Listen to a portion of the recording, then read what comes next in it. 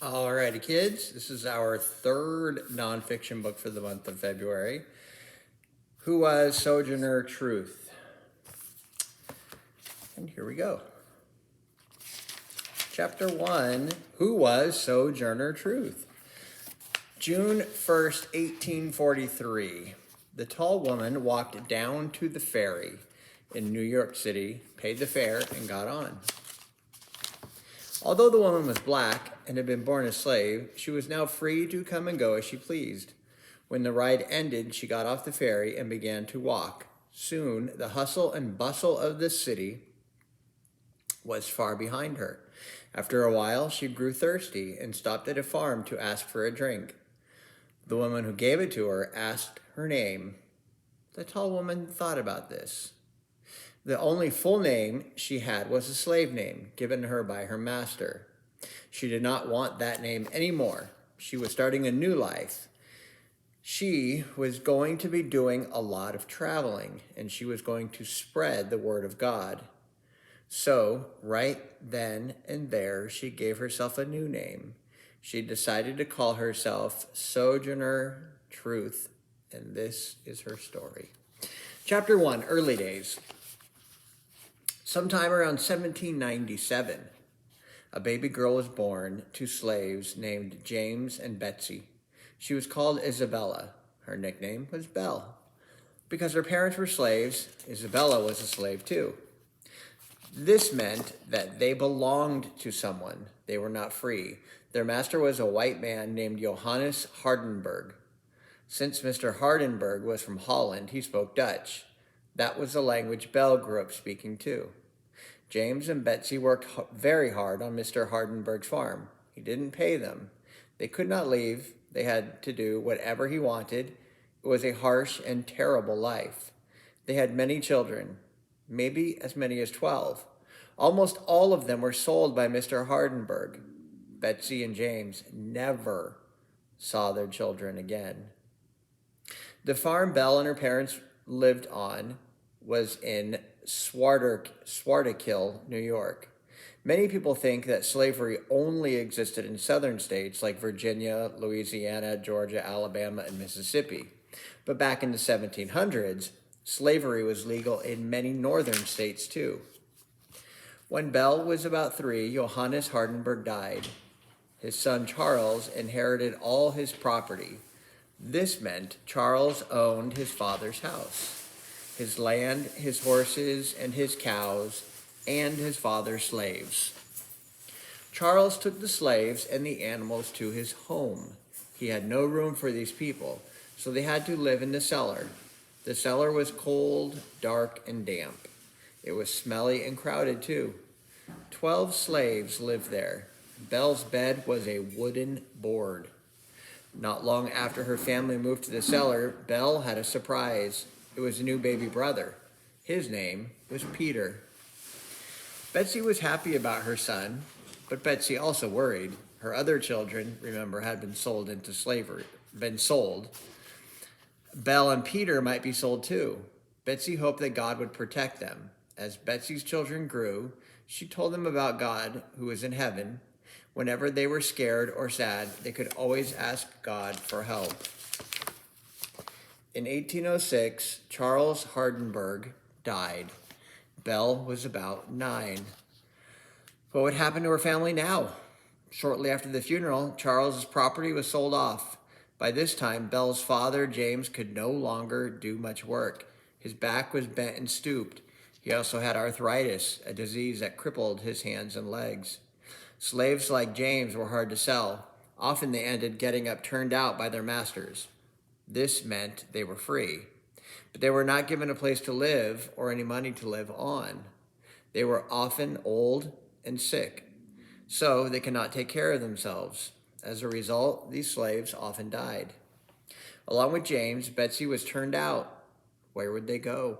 They begged to stay. The Hardenberg family agreed. They could remain in the cellar. Belle and Peter were young and able to work hard. Healthy slaves, especially boys, were worth a lot of money.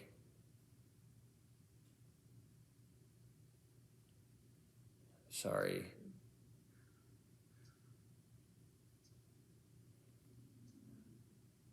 wife is asking a question. All right, where boys are worth a lot of money. At a slave auction, they both were sold. Peter was sold first. He went to a man who did not live close by.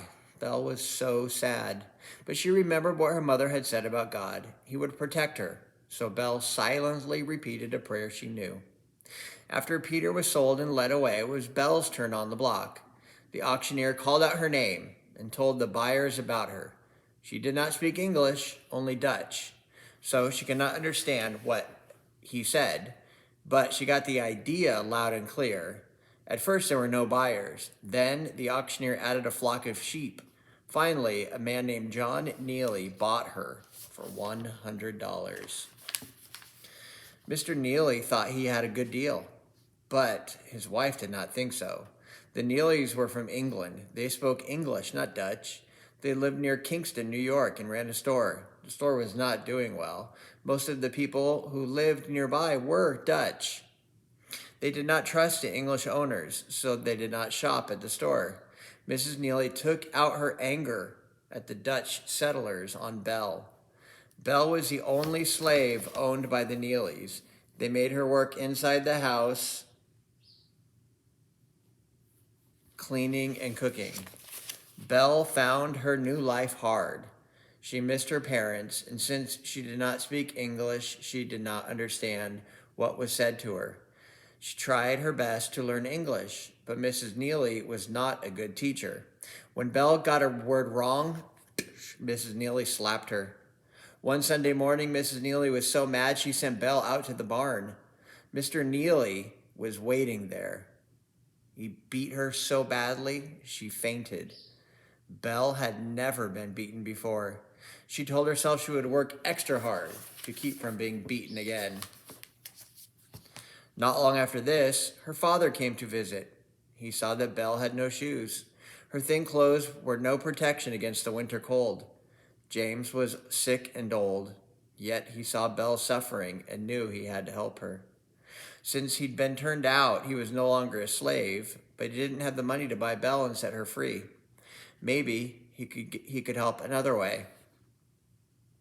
James got Martin Shriver to buy Belle. Shriver was a fisherman. He also had a farm and a tavern. He and his wife were not educated people, but they were not cruel, and they spoke both Dutch and English. This made life easier for Belle, and she was able to learn English more easily now too. For the next 18 months, Belle lived with the Shrivers. She grew tall and strong like her father had once been. All day long she worked. When the fishing boats came in, she helped unload them. In the fields, she planted corn and hoed it too. She did errands and worked at the tavern. Unlike her other masters, the Shrivers gave her enough food, warm clothes, and a decent place to live. But kind as her new masters were, they did not allow Belle to go to school. Slaves were forbidden from learning to read and write. Those who disobeyed were severely punished. It was while Belle was at the Shrivers that she got terrible news. Her mom had died, and now her family would never be reunited. And what would happen to her father? He could not manage on his own. Belle was right to worry. Her father died not long after. With her brother far away, Belle was now all alone in the world. Once again, she thought of her mother's words. God was watching her. God cared about her. She would never be alone. One day, a man came into the tavern. He saw how strong Belle was and offered to buy her for $300. That was 3 times as much as the Shrivers had paid for her. Even though the Shrivers had agreed to buy Belle, now they sold her. She went to New Paltz with her new master, John Dumont. She did not know what he would be like, but she would soon find out. In 1810, John Dumont wrote in his record book that Belle was about 13, but that she stood nearly 6 feet tall. He bragged about her. He said she could do more work than his strongest male slaves, but his wife did not like her. She told the white maids that they should lord it over poor Belle. That meant they would give Belle a hard time. In fact, Mrs. Dumont wanted them to grind her down. One time when Belle boiled potatoes, Mrs. Dumont scolded her. She said the water in the pot was dirty. The next day, Belle scrubbed the potatoes extra hard. They were clean before she put them in water to boil, but later, when Mrs. Dumont looked in the pot, the water was dirty. Mrs. Dumont was very angry. Belle didn't understand how this had happened. Luckily, Belle had a friend in the house, Gertrude. Mrs. Dumont's 10-year-old daughter liked her. Gertrude thought that Katie, one of the maids, was the problem, so she hatched a plan. Belle set the potatoes to boil, then she went to milk the cow. Gertrude hid in the kitchen.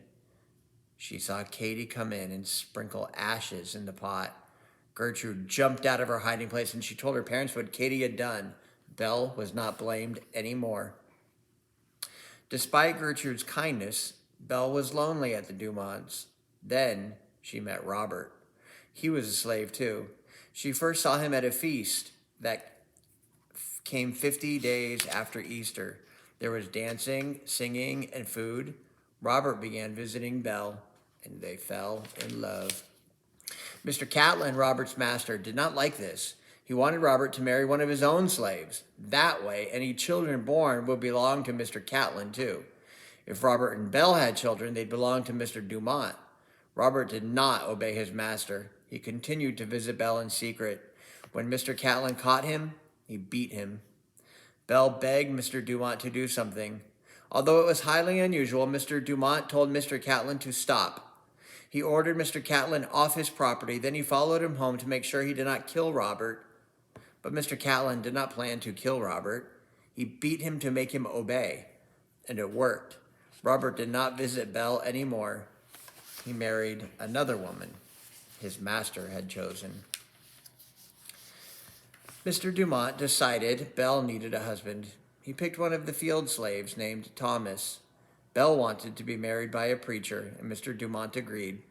Belle and Thomas were married around 1817. Belle was about 20 years old. Belle and Tom grew to care for each other. Tom had been married before. After his first wife was sold, he had run away to find her. He loved her very much. Tom never did find her because slave catchers found him first. He was sent back to the Dumonts where he was beaten. His scars made Belle weep. Tom was a good man. 1 year after they married, Belle and Tom had a daughter, Diana. Over the next 10 years, they would have 4 more children, Elizabeth, Hannah, Peter, and Sophia. 2 of my kids' names. That's crazy. Hannah and Sophia. Wonderful news arrived in 1817. A new law was passed in New York State. All slaves born before July 4th, 1799 had to be freed by July 4th, 1827. This meant Belle and her husband would be set free in 10 years. Since their children had been born after 1799, they would not be free until the boys were 28 and the girls were 25. John Dumont even promised that he would free Belle and Tom in 1826, a whole year earlier than the law called for. They could live in a cabin on his land. In exchange for her early freedom, Belle agreed to work even longer hours than usual. She worked in the field planting crops. She worked in the house washing, cooking, and cleaning. She spun big piles of wool into yarn for knitting. Then she hurt her hand on a scythe, which is a sharp hand tool, this kind of tool, used to cut grass or reap crops. The wound did not heal. Still, she kept her part of the bargain. But when Freedom Day came, Mr. Dumont did not honor his promise. He said Belle could not have done much extra work with the wounded hand. The deal was off. Belle was furious. Tom told her not to be upset. They would be freed the next year, but Belle was not waiting. She woke up early and put her few belongings in a pillowcase. She knew she could not take all her children with her. So she left the 4 eldest with Tom and took only the baby, Sophia. Then she snuck away from Mr. Dumont's farm. Belle went to a white family named the Van Wagener, probably Van Wageners. She had learned of them through Levi Rowe, a Quaker who lived down the road. The Van Wageners, one of the three, were abolitionists. That meant they thought slavery was wrong. They would do whatever they could to help runaway slaves. They let Belle and her baby stay with them. She would work for them, but they would not own her. She could leave anytime she wanted. Hours later, who shows up? Mr. Dumont. He wanted her back, but she refused to go. The Van Wageners paid him $20 to free her for a year early. They paid $5 for Sophia. Belle and her child were free at last, but Belle's happiness was short-lived. She found out her son Peter had been sold to slave owners in Alabama. She would never see him again. Belle could not accept this. From her Quaker friend, Belle learned that selling Peter to a southern state was against the law. In New York, you could not sell slaves out of state, so the law was on Belle's side. Later, Belle remembered thinking, I was sure God would help me to get him. Why I felt so tall within, I felt as if the power of a nation was with me. Belle's Quaker friends told her what to do. They sent her to Poppletown, New York. It was close to the county seat in Kingston. The Quaker couple had friends there who would let her stay in the house. Belle walked to Poppletown. It took Belle almost all day to get there. She had never walked so far all by herself, and when she finally got there, she was very tired. Her hosts offered her food and a bed for the night. Years later, Belle wrote that she had never slept in such a nice, high, clean, white, beautiful bed. She was too scared to get in. So she crawled under it instead. Then she worried she might offend her host, so she crawled out and slept in the beautiful bed. The next day, she went to the courthouse. There, she filed a complaint against the woman who sold Peter out of state. His name was Solomon Gedney. The judge agreed with Belle. The sale was against the law. Mr. Gedney could not believe there was all this fuss over a slave. It took many months, but Peter was returned to his mother. She saw him again. Since Gedney had broken the law in selling Peter, Peter was now free. Belle had won. She was one of the first black women in the country to win a case like this. Belle and Peter stayed and worked for the Van Wageners. I wish I knew how to say it. In Kingston. Sophia, who was about 2 years old and a pain in the butt. Oh, no, forget it. That's my Sophia. Let me start over. Sophia, who was about 2 years old, went to live at the Dumonts with her sisters Diana, Hannah, and Elizabeth. Belle's husband Tom was freed on July 4th, 1828, but he stayed in New Paltz. Tom's health was not good, making it hard for him and Belle to live together. He died by the end of the year. All he got was a little taste of freedom. Life with the Van Wageners, was comfortable. Belle was able to visit her daughters. She and Peter joined a Methodist church. There, she met a school teacher from New York City named Miss Gear. Miss Gear liked Belle and thought Peter was very bright. She encouraged Belle to move to New York City. There were plenty of jobs there. Best of all, there were schools for black children.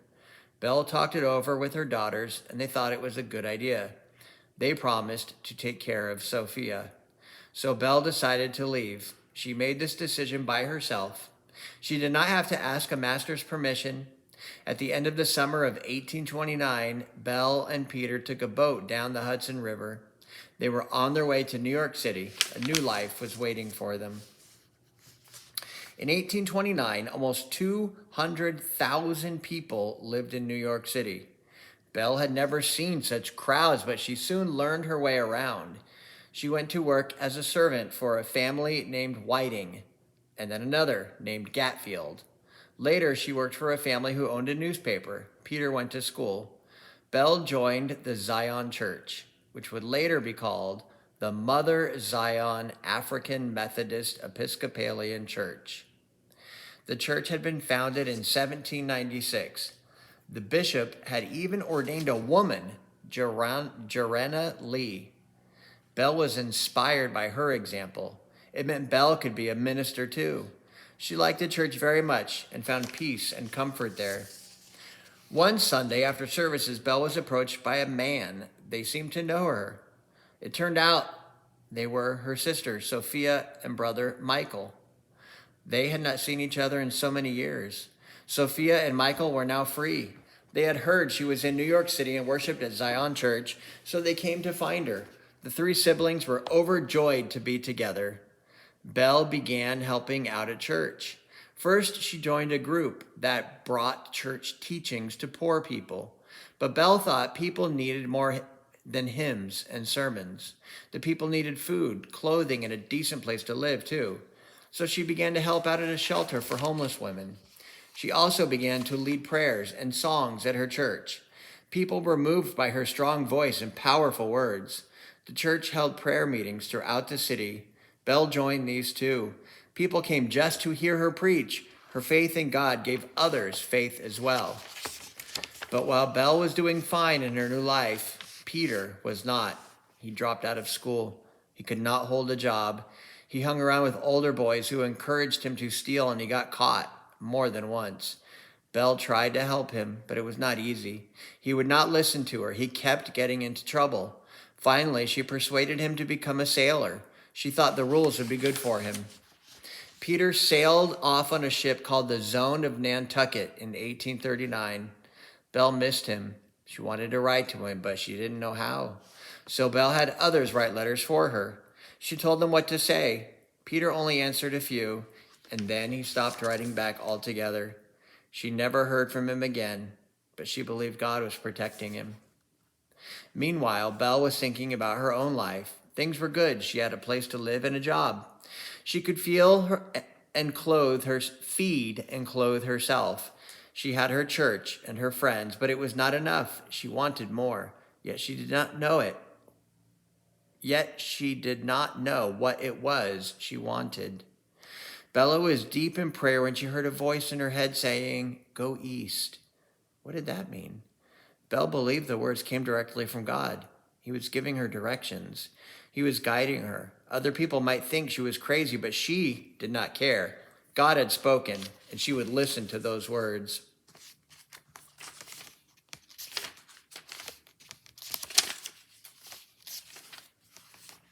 I will pause here, and we will do part 2 later today.